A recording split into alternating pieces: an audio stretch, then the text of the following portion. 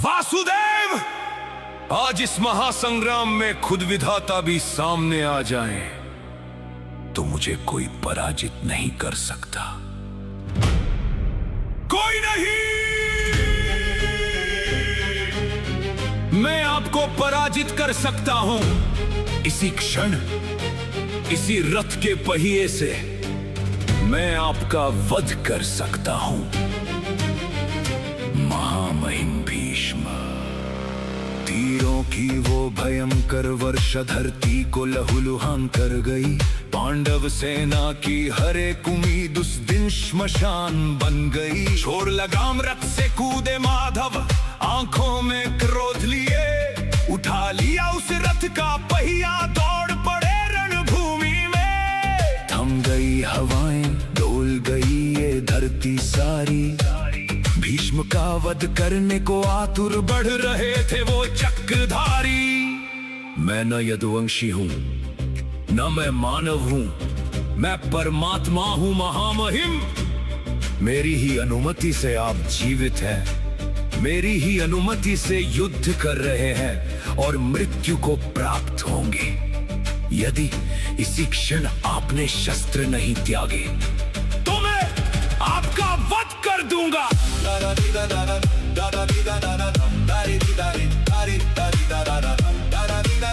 वासुदेव, आप मेरा वध अवश्य कर सकते हैं। मेरी मृत्यु के लिए यदि स्वयं भगवान को अपनी प्रतिज्ञा तोड़नी पड़ी तो निश्चित ही इस भीष्म का कोई घोर अपराध रहा होगा। पीछे से दौड़ा पार्थ, माधव को पुकारा।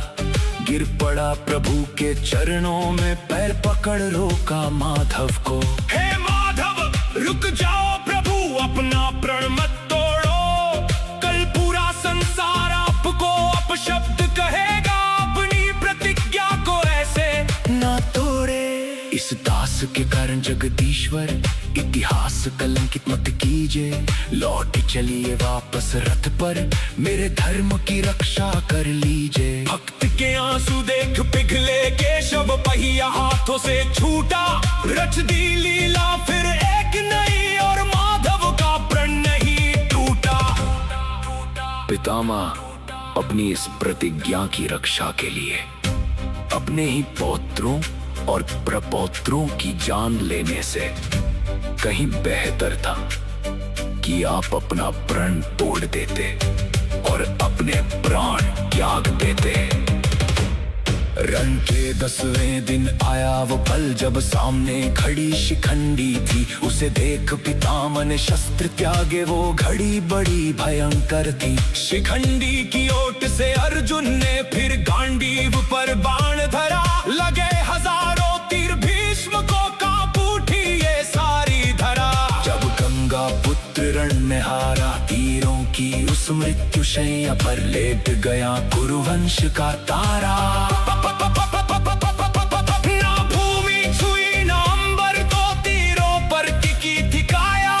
इच्छा मृत्यु का वरदान लिए उसने अपना कर्तव्य निभा दिया। गूंज उठा कुरुक्षेत्र जब भीष्म ने अंतिम सांस ली। मर्यादा और धर्म की खातिर उसने तीरों की ये सेज चुनी।